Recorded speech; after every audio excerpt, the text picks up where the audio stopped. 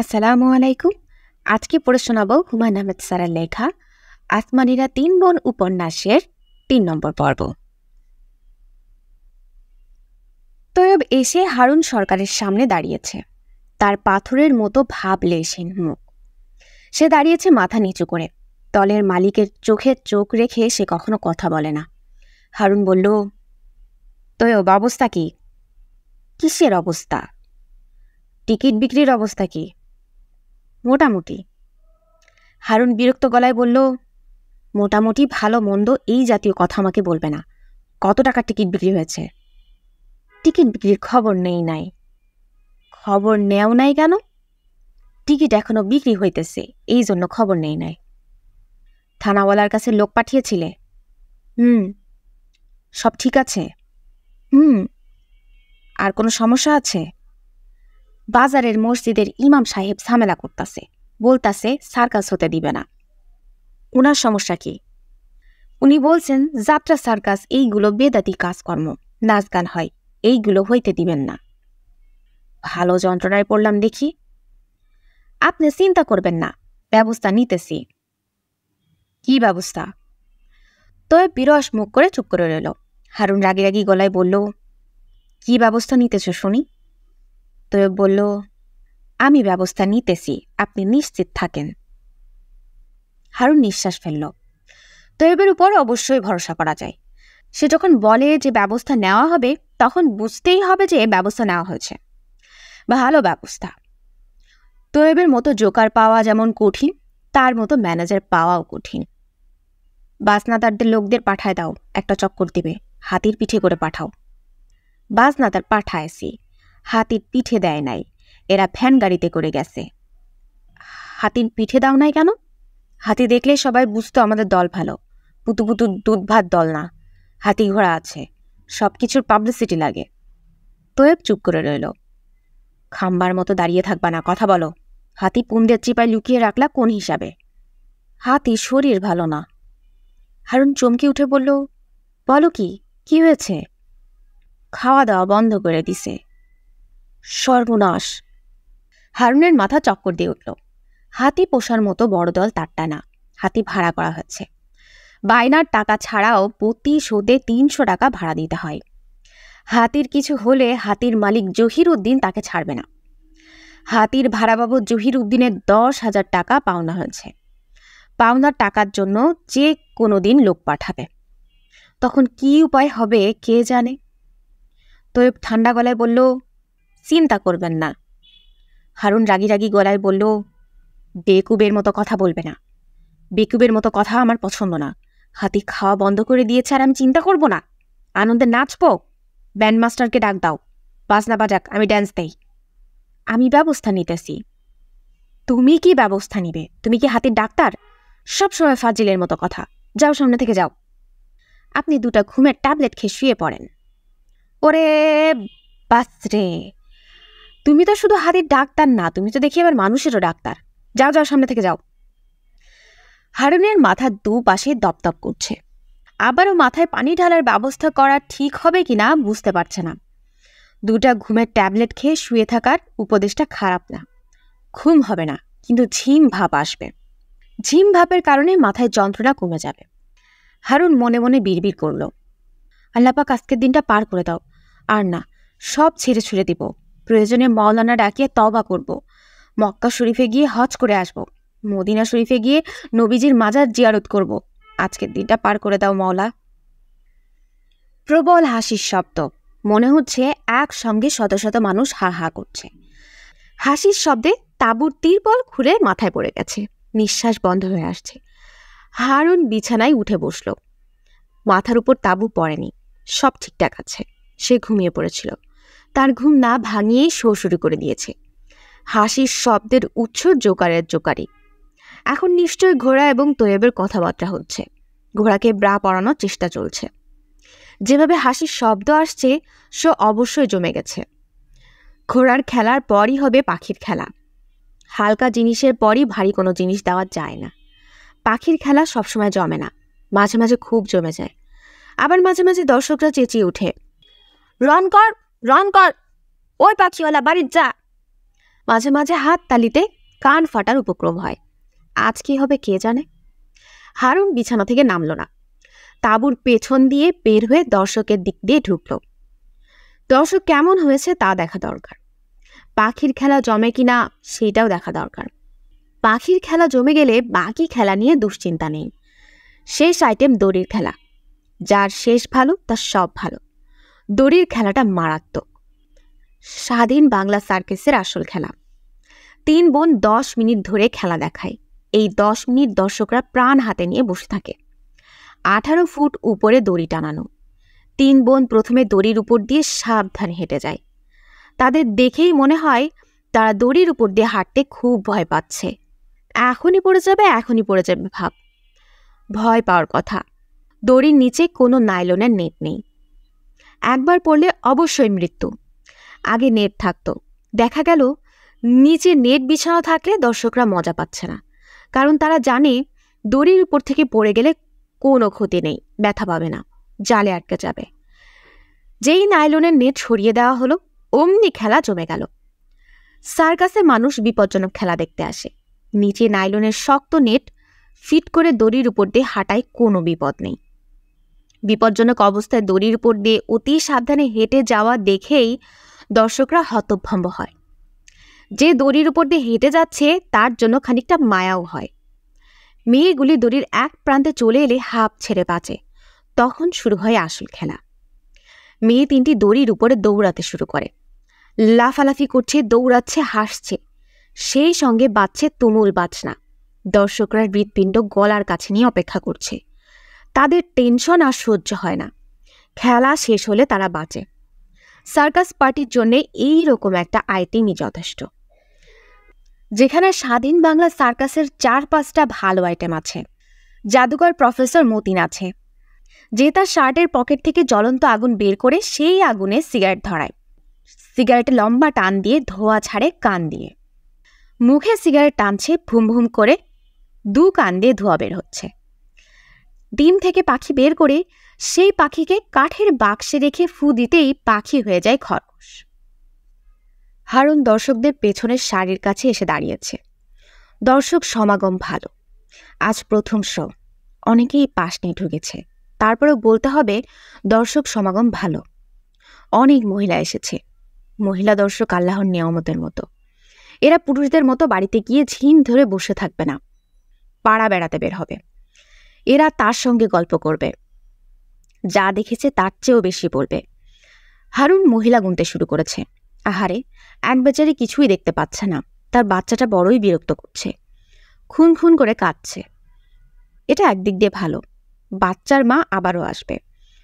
উপস্থিত থেকেও যে জিনিস দেখা যায় না তার মায়া বড়ই কঠিন মায়া। পাখির খেলা শুরু হয়েছে। খাঁচায় 6টা টিয়া পাখি নিয়ে পাখিওয়ালা ঢুকেছে। পাখিওয়ালার নাম খসরু। তার চেয়ে রোগা মানুষ বাংলাদেশে দ্বিতীয় কেউ আছে কিনা সন্দেহ। যখন স্টেজে দাঁড়াই তখন মনে হয় আরবি অক্ষর আলিফ দাঁড়িয়ে আছে। খসরু পাতিলের তলার মতো কালো। মাথার সমস্ত চুল পেকে যাওয়ায় মেহেন্দি লাগিয়ে সে চুল রং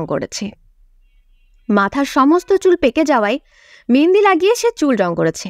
এখন তার মাথা ভর্তি লাল চুল, লাল এবং কালোর কিম্ভূত চেহারা। এটা একদিক দিয়ে ভালো। সার্কাসের লোকজনের চেহারা যত কিম্ভূত হবে তত ভালো। হারুন ভুরু কুচকে তাকিয়ে আছে।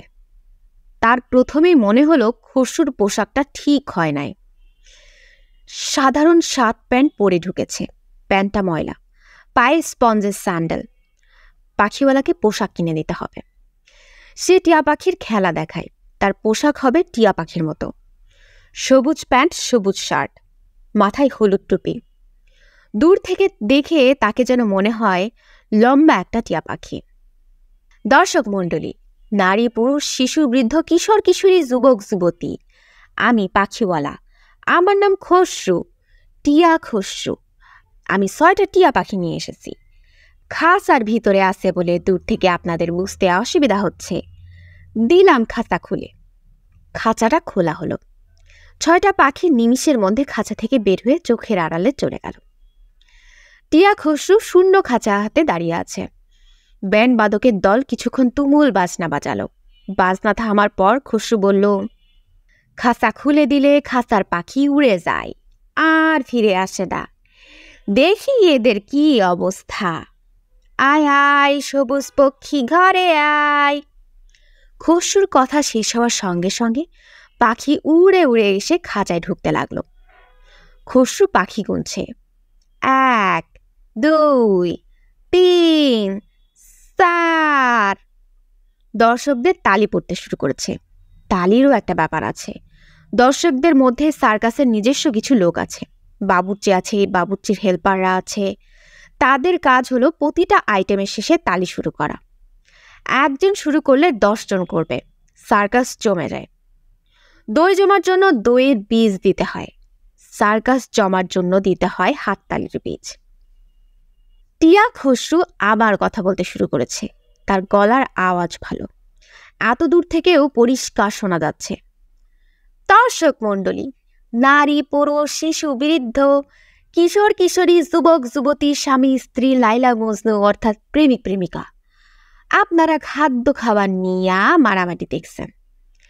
খাওয়া খাদ্য নিয়া মানুষ মারামারি করে, জন্তু জানোয়ার মারামারি করে। এক হাড্ডি নিয়া 2 কুত্তা টানাটানি দেখেন নাই? অবশ্যই দেখছেন। এখন দেখবেন 2 পাখির খাদ্য নিয়া টানাটানির খেলা।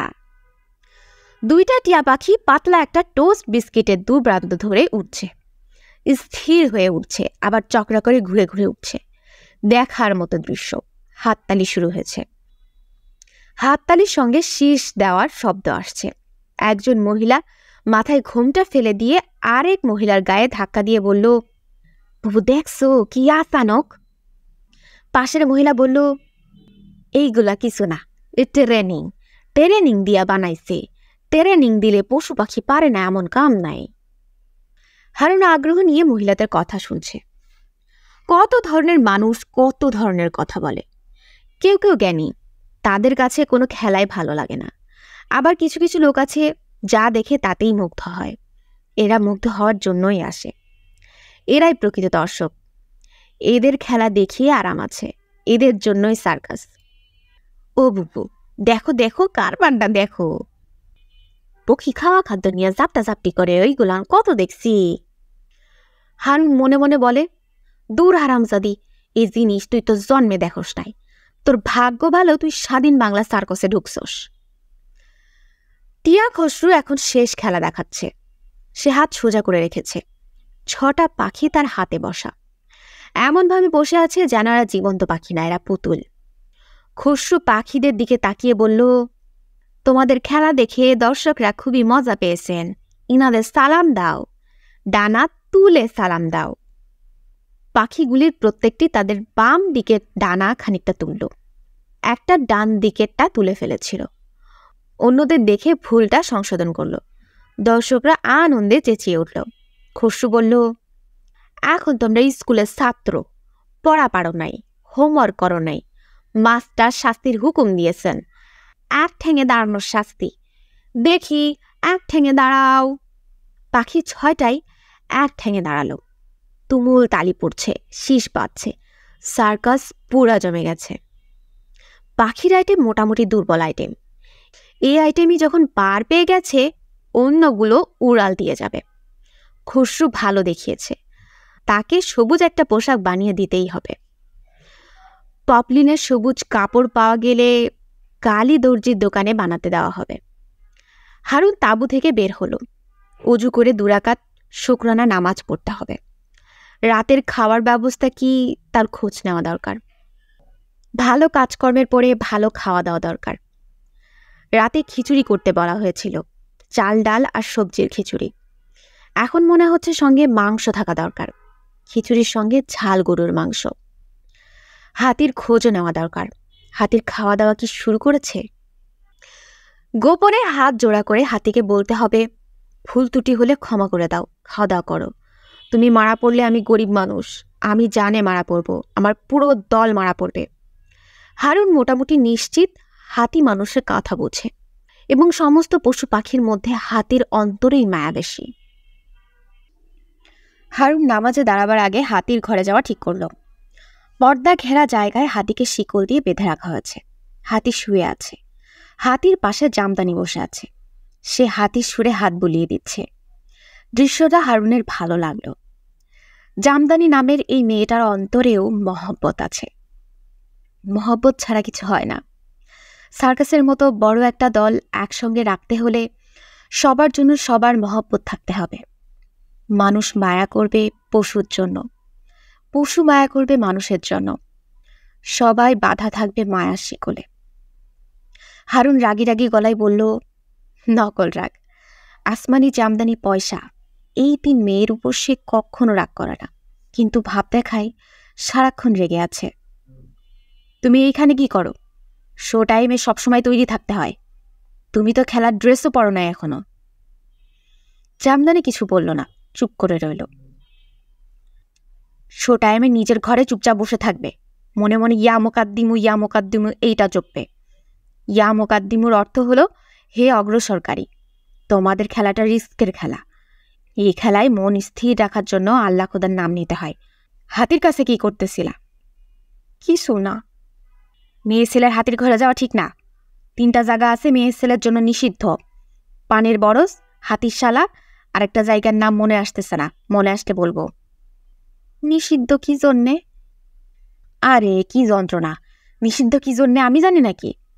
আমি তো নিষিদ্ধ করি নাই। কথা বাড়াবা না, যাও ঘরে যাও। 2 মিনিটের মধ্যে খেলার ড্রেসে তোমাকে দেখতে চাই। জামদানি ক্ষীণ গলায় বলল, হাতিটার কি হয়েছে আমি জানি। হারুন বিরক্ত গলায় বলল, ফাজলামি কথা আমার সঙ্গে বলবা না। আমি ফাজলামি কথা একেবারেই পছন্দ করি না। তুমি হাতির ডাক্তার না, তুমি দড়ি খেলার খেলোয়াড়। তোমার কাজ দড়ির উপরে। হাতির সুর হাতানি তোমার কাজ না। এই জগতে সব মানুষের আলাদা আলাদা কাজ দেওয়া হয়েছে, প্রত্যেকে প্রত্যেকের কাজ ঠিকমতো করবে, তাতে সংসার ঠিকমতো চলবে। বুঝেছ? জি। ঠিকমতো বুঝেছ নাকি এক কান দিয়ে ঢুকিয়ে অন্য কান দিয়ে বের করে দিয়েছ? ঠিকমতো বুঝেছি। ঠিকমতো বুঝলে ভালো, আবার বেশি বুঝে ফেলবা না। বেশি বুঝে ফেললে খারাপ। তোমার বড় বোন আসমানি, সে সবসময় বেশি বুঝে। আমি খবর পেয়েছি সে বাবুর্চিকে গিয়ে বলেছে সে তার 3 বোনের জন্য আলাদা রান্না করবে। 3 জনের জিনিসপত্র তার জন্য আলাদা করে দিয়ে দেওয়া হয়। এসব কি ফাজলামি? সার্কাসের দল হলো একটা সংসার। সংসারে 2-3 জায়গায় পাক হয় না, এক জায়গায় পাক হয়। বুঝেছ? জি। ঠিক মতো বুঝেছ? জি। যাও ঘরে যাও, 2 মিনিটের মধ্যে তৈরি হয়ে থাকো। দোয়াটা যে বলেছিল মনে আছে? জি মনে আছে। বলো দেখি। আসমানি ভীত গলায় বলল, মনে নাই। দোয়াটা হলো ইয়া মোকাদ্দিমু। যাও, জপতে জপতে যাও। জামদানি চলে গেল। হারুন হাতির সামনে বসল। হাতি তাকিয়ে আছে তার দিকে। এত বড় একটা জানোয়ার, অথচ কি পতি চোখ, অথচ প্যাঁচার মতো ছোট একটা পাখির কি বিরাট 2 চোখ। হারুন বলল, কিরে বেটা, খাওয়া বন্ধ করলে কি জন্য? রাগ করেছ? বলে মনে হলো ভুল করেছে। বেটা হবে না, এটা মাদি হাতি। সার্কাসে কখনো মর্দ হাতি রাখা হয় না, সবসময় মাদি হাতি রাখা হয়। মর্দ হাতি সবসময় মাথা গরম করে, তখন তাদের সামলানো কঠিন। মাদি হাতি কখনো মাথা গরম করে না। হারুন বসে বসেই এক পায়েগুলো নরম গলায় বলল, তোরে বেটা বলেছি বলে মনে কষ্ট পাস নাই তো? আদর করে বেটা বলেছি। খাওয়া দাওয়া ছেড়ে দিয়েছিস কি জন্য? তোর কি হয়েছে বল দেখি। কেউ কিছু বলেছে? তোর যদি স্পেশাল কিছু খেতে ইচ্ছা করে তাহলে বল, ব্যবস্থা করি। তেঁতুল খাবি? 1 কেজি তেঁতুল এনে দিই। হারুন ভয়ে হাত বাড়ালো। সে সার্কাস দলের মালিক, জন্তু জানোয়ার নিয়েই তার কাজ। তারপরেও সে খুবই ভীত ধরনের মানুষ। হাতির দিকে হাত বাড়াতে তার ভয় ভয় লাগছে। হাতির গায়ে হাত লাগাবার আগেই হাতির শব্দ করে নড়ে উঠল। হারুন লাফ দিয়ে সরে গেল। সাহস দেখানোর কোনো দরকার নেই। হারুন শুকরানা নামাজ অতি দ্রুত শেষ করল। 3 মেয়ের দড়ির খেলার সময় সে উপস্থিত থাকবে। আজ পর্যন্ত এমন কোনো দিন যায়নি যে 3 মেয়ে দড়ির খেলা দেখাচ্ছে আর সে সেখানে উপস্থিত নেই। মেয়ে 3টাকে সে নিজে খেলা শিখিয়েছে। প্রথম যখন 3 বোন এলো তখন ছোটটার বয়স 3 বছর। 3 জনের একজনকে রাগ করে ধমক দিলে 3 জন মিলে একসঙ্গে কান্নাকাটি শুরু করে দিত। দেখে রাগও লাগতো, আবার মায়াও লাগতো। একজনের জ্বর হয়েছে, কিছু খাবে না, বাকি 2 জনও কিছু খাবে না। একজনকে নতুন কাপড় কিনে দিলে সে পরবে না, 3 জনকেই কাপড় কিনে দিতে হবে। মেয়েগুলিকে নিয়ে হারুনকে খুব কষ্ট করতে হয়েছে। কষ্ট বৃথা যায় নাই, মানুষের কোনো কষ্টই বৃথা যায় না। সার্কাসের দল টিকিয়ে রাখতে হবে মেয়ে তিনটার জন্য। দল ভেঙে দিলে মেয়ে তিনটা যাবে কোথায়? এই তিন কন্যার যাওয়ার জায়গা নেই। রাত 11টা। হারুন সরকারের ঘরের দরজা বন্ধ। ঘরের ভেতরে সে আছে আর বাবুর্চির অ্যাসিস্ট্যান্ট কালু। হারুন সরকার পা ছড়িয়ে বসেছে, কালু পা টিপে দিচ্ছে। খুব আয়োজন করে পা টিপা হচ্ছে। একটা বাটিতে সরিষার তেল নেওয়া হয়েছে, আরেকটা বাটিতে পানি। প্রথমে সরিষার তেল দিয়ে ডলা দেওয়া হচ্ছে, সেইখানেই পানি দিয়ে আবারও ডলা হচ্ছে। হারুন সরকারের পায়ে সমস্যা আছে, মাঝে মাঝে হাড্ডির ভেতরে যন্ত্রণা হয়, ভোঁতা ধরনের ব্যথা। কোনো কোনো দিন ভোঁতা ব্যথাটা শেষ পর্যন্ত ভোঁতায় থাকে, কিন্তু মাঝে মধ্যে ব্যথা অসহনীয় হয়ে ওঠে।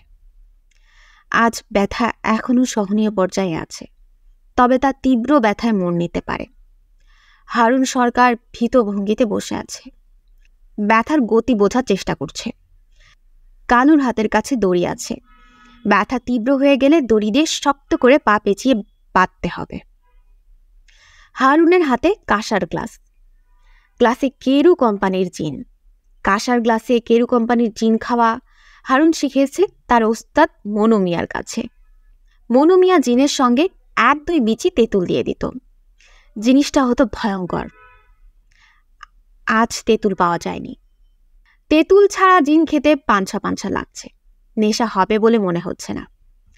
নেশা না হলে সমস্যা আছে, পায়ের ব্যথা সহ্য করা যাবে না। কালু, জি? আজকে শো কেমন হয়েছে? ফাটাফাটি হয়েছে, যারা দেখছে মরণের আগের দিনও তার আর মনে থাকবো। আইটেম ভালো হয়েছে কোনটা? সব আইটেম মারাত্মক হয়েছে। এই বলে আমারে দেখ, সে বলে আমারে দেখ। তারপরেও তো 19-20 আছে।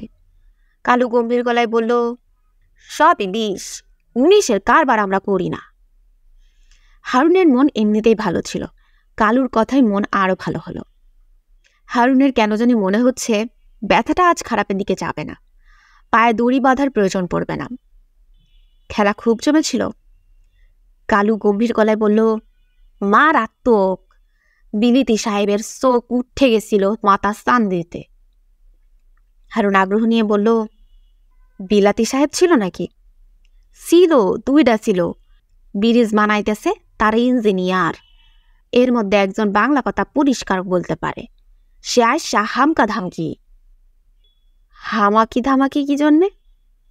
বলে কি, দড়ির ডেঞ্জারাস খেলা দেখাও, প্রোটেকশন নাই, নিচে কেউ নাই, অ্যাক্সিডেন্ট হবে, মানুষ মারা যাবে। আমি মনে মনে বললি, যা বেটা লাল মুখা, মানুষ মারা গেলে আমরা যাবে, তোর বাপের কি? আমি তো কিছু জানি না। এই ঘটনা ঘটল কখন? শো শেষ হওয়ার পর ম্যানেজার সাহেবের সাথে কথা বলছে, তোমরা শো করতে পারবা না, স্টপ, এইসব হাবিজাবি বলছিল। কই, আমাকে তো ম্যানেজার কিছু বলল না। সব কথা আপনার কানে তোলা হয় না, ম্যানেজার পেটের মধ্যে রেখে দেয়। পেট থাকা বাইর কইরা 2-1টা কথা বলে, বাকিগুলা ভাত তরকারির সাথে হজম কইরা ফেলে। তাই নাকি? অবশ্যই, আমরার ম্যানেজারের পেট শক্ত, পেটে যেই জিনিস দেয় সেটাই হজম। আলিশান এক খবর ম্যানেজারের কাছে আছে, ম্যানেজার আপনারা দেয় নাই, দিব কি দিব না তার ঠিক নাই। কি খবর? কালু চুপ করে গভীর মনোনিবেশে পা টিপছে। আলিশান খবর হুট করে বলে ফেললে খবরের মান থাকে না। হারুন বিরক্ত হয়ে বলল, খবরটা কি? বগা চাচার ইন্তেকাল হয়েছে। বগা চাচাটাকে? জহিরুদ্দিন সাহেব রে সবাই ডাকে বগা চাচা, পাতলা পুতলা শরীর, এই কারণে। জহিরুদ্দিনটাকে? ঠিক মতো জবাব দে, কথা পেঁচাইস না। কথা পেঁচাইলে লাঠি দিয়া বিছানা থেকে ফেলাই দেব। কালু আহত গলায় বলল, জহিরুদ্দিন সাহেব হাতির মালিক, তারে আপনি নামে চিনবেন না সেটা কেমনে বুঝবো? লাথি মাইরা ফেলতে চাইলে ফেলেন, আমরা গরিব, আমরা জন্ম হয়েছে লাথি খাওয়ানোর জন্যে। চুপচাপ তেল মালিশ কর, কথা বন্ধ। কালু পায়ে তেল মালিশ করে যাচ্ছে। হারুন এমন ভঙ্গিতে বসে আছে যেন সে ঘোরের মধ্যে চলে গেছে, চারপাশে কি হচ্ছে বুঝতে পারছে না। জহিরুদ্দিন মারা গেছে, এর চেয়ে আনন্দের সংবাদ আর কি হতে পারে? লটারিতে লাখ টাকা পাওয়ার আনন্দের মতো আনন্দ। হাতির মালিক মারা গেছে, হাতি এখন আর কাউকে ফেরত দিতে হবে না। পাওনার টাকাও দিতে হবে না। স্বাধীন বাংলা সার্কাস পার্টি এখন একটা হাতির মালিক। কালু বলল, হাতির মালিক তো স্যার এখন আমরা হাতির মালিক হব কি জন্য? জহিরুদ্দিন সাহেবের ওয়ারিশরা হাতির মালিক। কোর্টের কাগজপত্র নিয়ে ওয়ারিশান আসলে হাতি ফেরত দিব।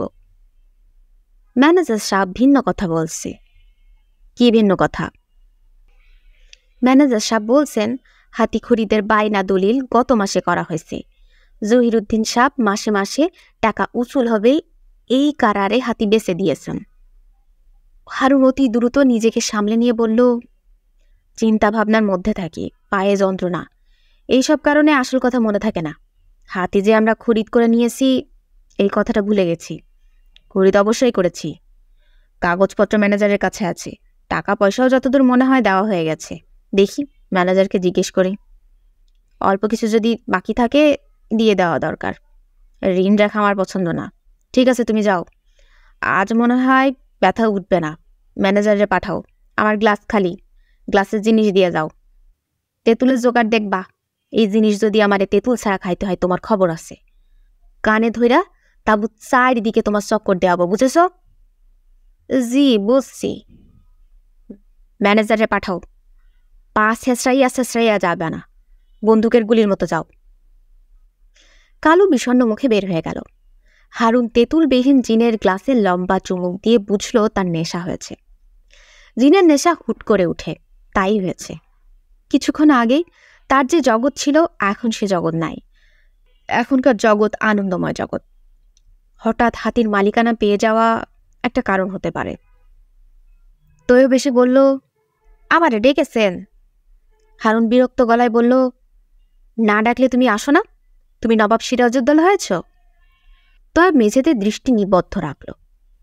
হারুন গ্লাসে লম্বা চুমুক দিয়ে বলল, জহির সাহেব ইন্তেকাল করেছেন এই খবর কবে পেয়েছ? গতকাল। গতকাল খবর পেয়েছ, আমাকে দেও নাই কেন?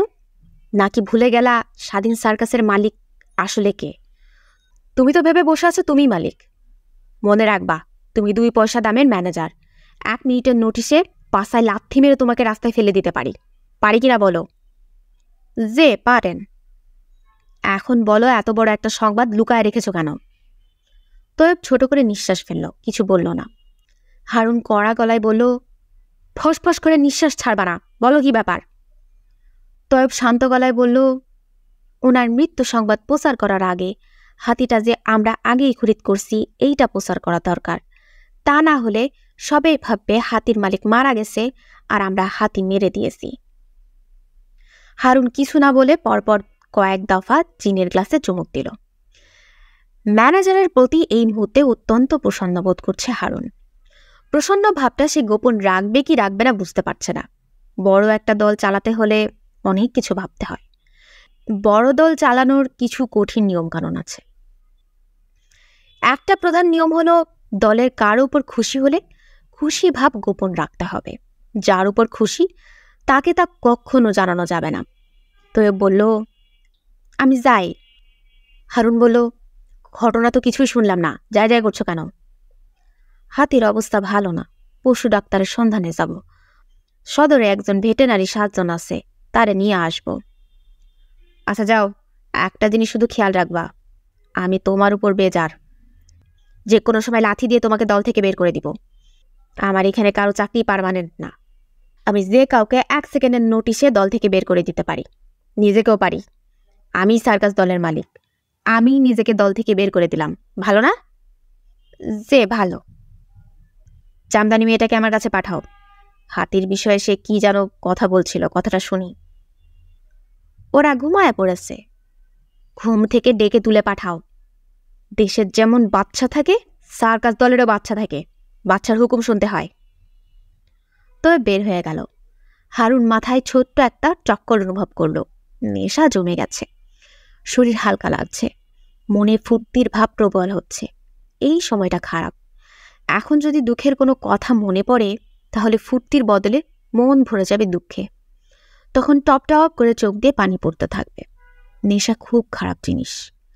শুরু হলো আনন্দের জন্য, শেষ হলো দুঃখে। ভেউ ভেউ করে কান্না, চোখের পানি নাকের ছর্দিতে মাখামাখি। সর্বশেষ ঘর ভাসিয়ে বমি, বমির উপর শুয়ে থাকা। জামদানি ঘরে ঢুকল। সে কিছু বলার আগেই হারুন আনন্দিত গলায় বলল, কি খবর, কি খবর, কি খবর?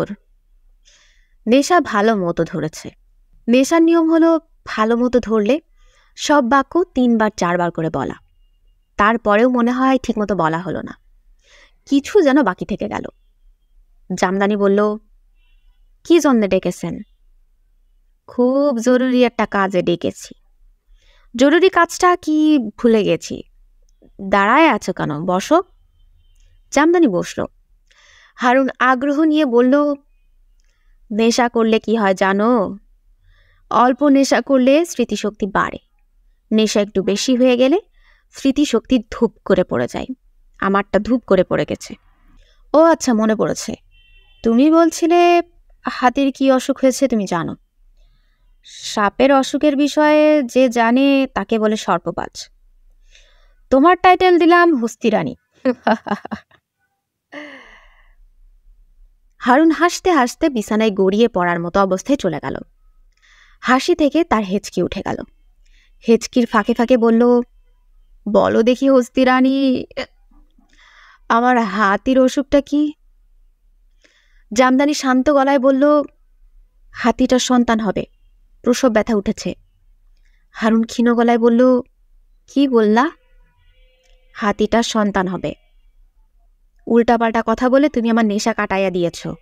অনেক কষ্টের নেশা, তৈরি করতে সময় লাগে। যাও ঘুমাতে যাও। একটা কথা মনে আসলো আর বলে ফেললা, এটা ঠিক না। তুমি হাতির লেডি ডাক্তার না, যাও সামনে থেকে যাও। হারুন অনেক দিন পর মনের আনন্দে নেশা করল। দিনের পুরো বোতল শেষ করার পর লুকিয়ে রাখা ভোদকার একটা বোতল বের করল। একা একা মদ্যপান করা যায় না। এখন হারুনের সঙ্গী কালু। নেশাগ্রস্ত অবস্থায় কালুকে হারুনের বন্ধুর মতো লাগছে। সে যে বাবুর্চির অ্যাসিস্ট্যান্ট, তার প্রধান কাজ চুলায় লকড়ি দেওয়া, খড়ি ফাড়া, এটা আর মনে হচ্ছে না। বরং হারুনের মনে হচ্ছে কালু যথেষ্ট জ্ঞানী একজন মানুষ। তার সঙ্গে সুখ দুঃখের কথা যেমন আলাপ করা যায়, তেমনি জটিল সমস্যার সমাধানও চাওয়া যায়। হারুন কালুর পিঠে হাত রেখে বলল, জহির সাহেবের মৃত্যুতে বড়ই কষ্ট পেয়েছি। কালু বলল, কষ্ট পাওনের কথা, কতদিনের পুরনো চিনা জানা লোক। হারুন দীর্ঘ নিঃশ্বাস ফেলে বলল, স্ত্রী পুত্র কন্যা কেউ নাই, একটা লোক ফুট করে মইরা গেল। কালু বলল, এইটা খারাপ না, দুঃখ করার কেউ নাই। হারুন বলল, দুঃখ করার একেবারে কেউ না থাকাটাও ঠিক না।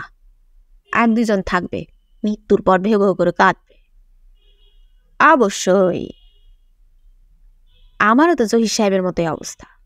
তারও কেউ ছিল না, আমারও কেউ নাই। সেও ছিল হাতির মালিক, আমিও হাতির মালিক। এখন ইচ্ছা করতেছে ঘর সংসার করি। বয়সটা হয়ে গেছে সমস্যা, ৫-৫০। কালু বলল, ৫-৫০ কোনো বয়সই না। হারুন বলল, জামদানির মতো একটা মেয়ে পাওয়া গেলে ভালো হতো, খুবই ভালো একটা মেয়ে। মাথায় সামান্য গন্ডগোল আছে, এটা থাকবেই। সব ভালো মানুষের মাথায় সামান্য গন্ডগোল থাকে।